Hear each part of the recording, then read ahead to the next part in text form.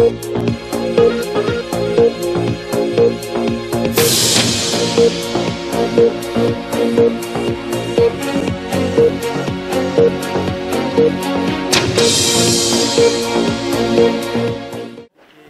ben, les choses sont simples. D'abord le plaisir de retrouver le Mistral que j'avais oublié depuis un grand nombre d'années. Le plaisir de retrouver un bon nombre de contacts, d'amis qui sont présents, de très belles conférences avec un point derrière qui est que au-delà des constats que nous pouvons tous faire d'une situation de crise extrêmement violente, un constat, un manque de solutions. Pour l'instant, je n'entends pas encore de véritables solutions pour sortir de cette crise. Et donc moi, j'ai un message à faire passer en quelques mots. Je vais être le plus rapide possible.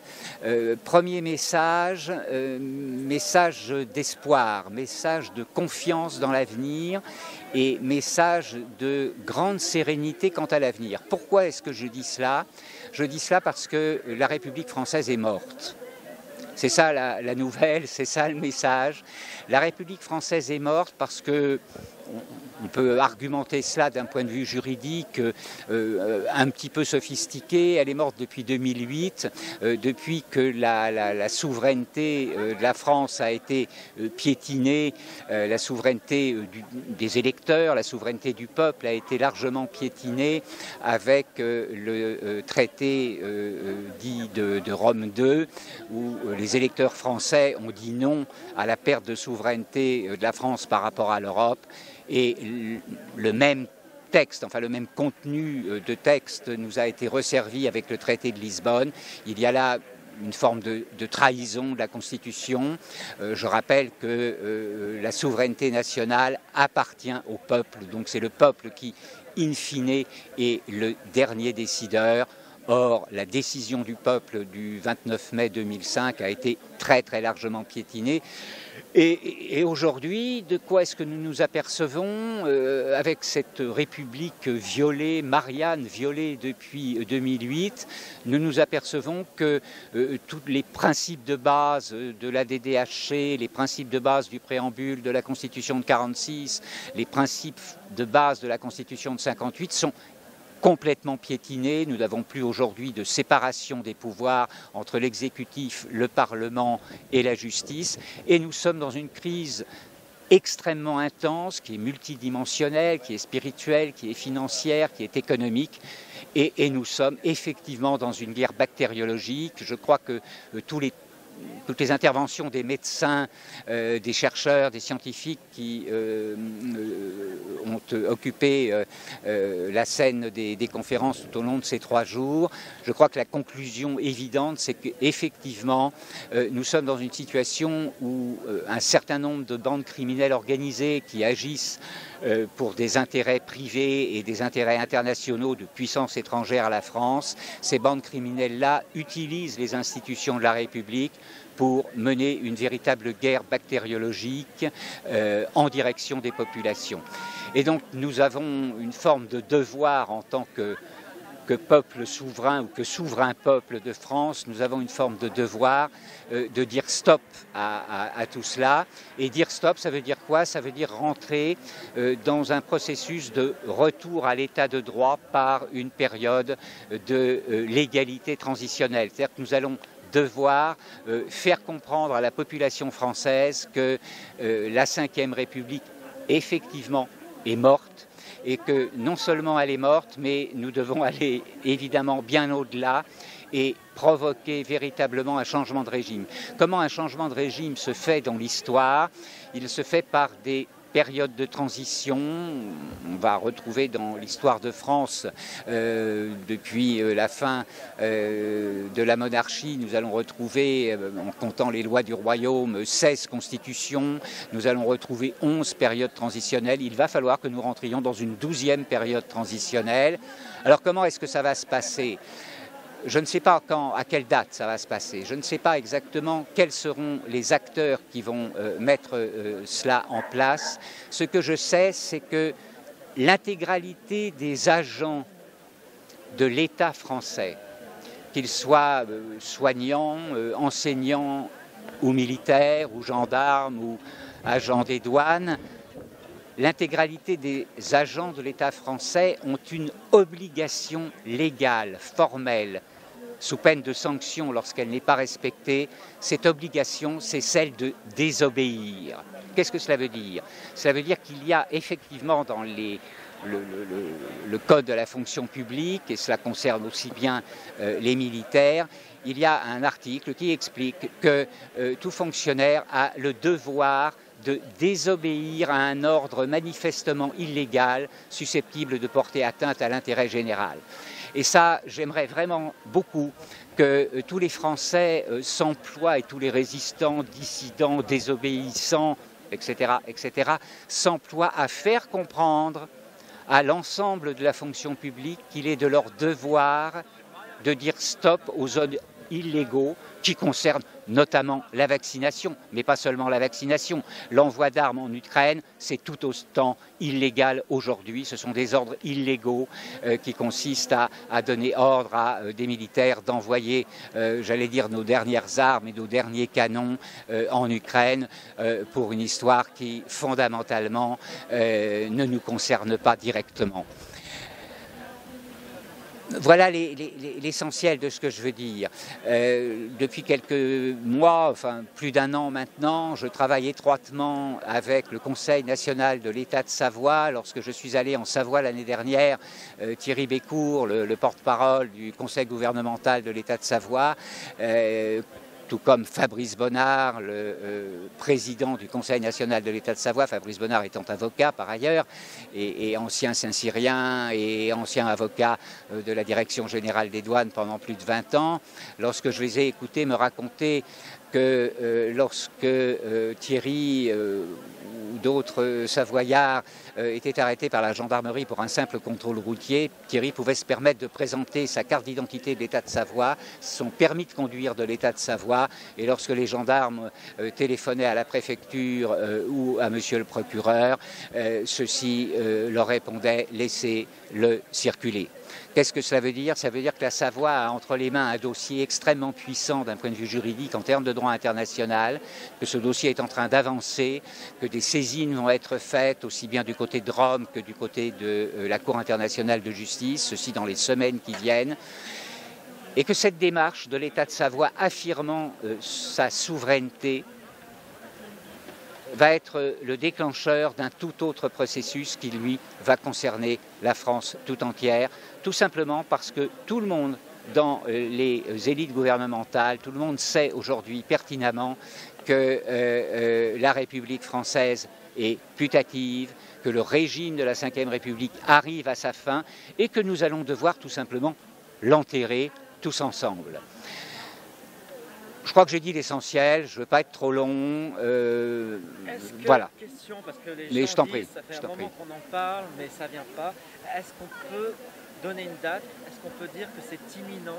Est-ce qu'il y a des signes positifs? J'ai beaucoup de signes très positifs me permettant de dire que c'est imminent que la Savoie écrive à Rome au regard du traité de paix de 1947 qui prévoit une commission de conciliation en cas de problème d'interprétation du traité. Or, il y a effectivement un très gros problème puisque en 1947, la France, 47-48, la France n'a pas notifié le fameux traité de Turin de 1860 qui annexait la Savoie à la France.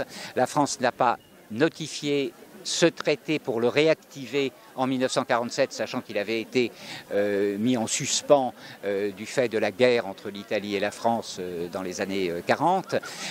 Non seulement la France n'a pas notifié ce traité à l'Italie, mais elle ne l'a pas enregistré à l'ONU.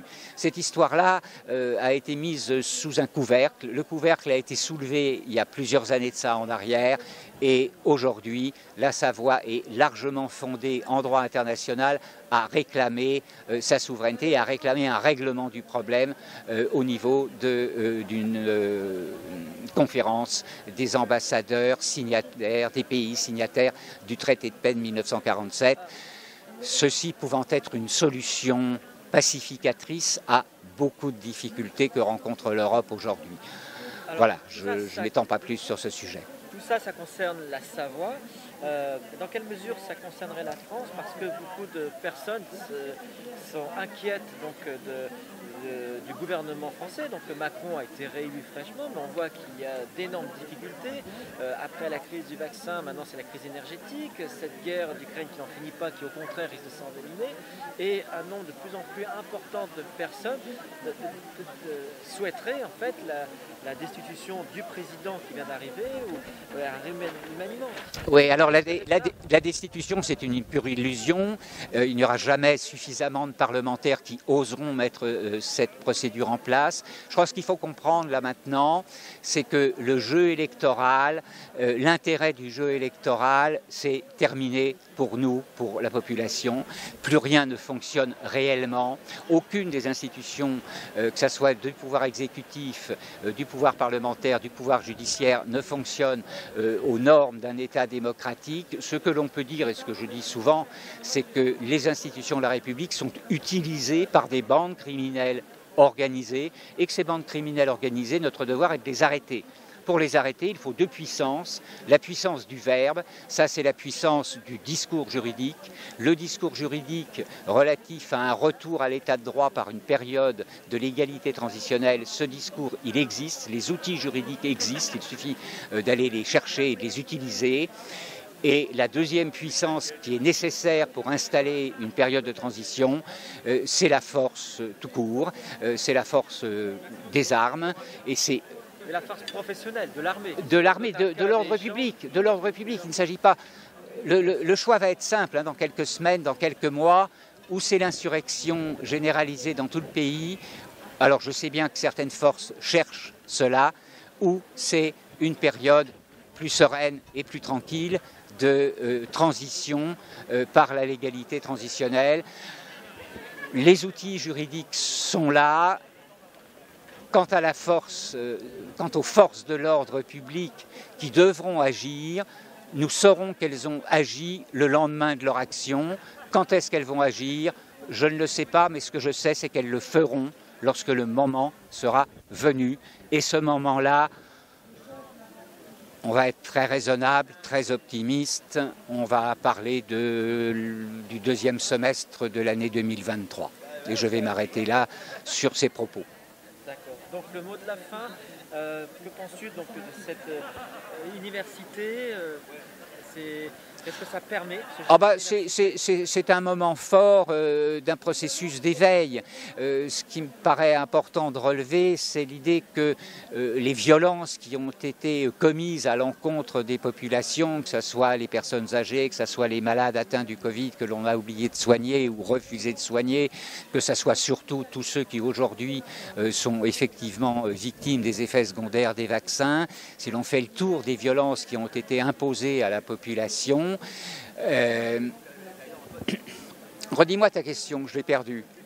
C'était par rapport à l'université d'été. Oui, pardon, on est d'accord. Voilà. Est-ce que c'est une bonne surprise de voir autant de monde? Bien sûr que c'est une bonne surprise de voir autant de monde.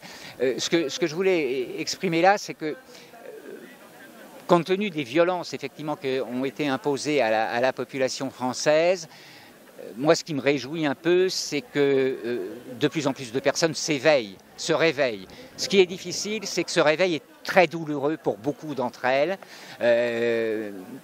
parce qu'il est brutal, parce qu'il est choquant. Moi, ça fait 25 ans que je me bats contre un certain nombre de bandes criminelles organisées qui utilisent les institutions de la République. Ça fait 25 ans que je pratique l'art du recadrage pédagogique du personnel de direction des institutions.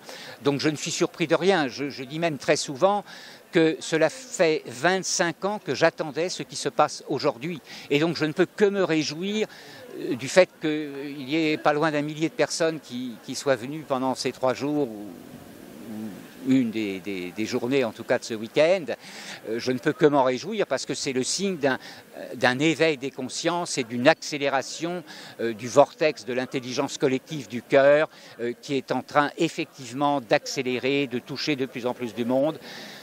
Le grand changement que nous attendons tous, c'est le passage de la peur à l'amour. Assez directement un certain nombre de journalistes qui sont en rupture de banc, alors que soit parce qu'on leur a gentiment demandé de partir de là où ils travaillaient, soit parce qu'ils ont choisi de partir, mais effectivement il y a de plus en plus de professionnels des médias qui sont en train de quitter les médias mainstream, tout simplement parce qu'ils ont compris qu'ils étaient le jouet de multiples manipulations, qu'ils étaient le jouet d'un système de corruption, d'un système de contrôle et qu'ils n'ont tout simplement plus envie de jouer dans le mensonge permanent.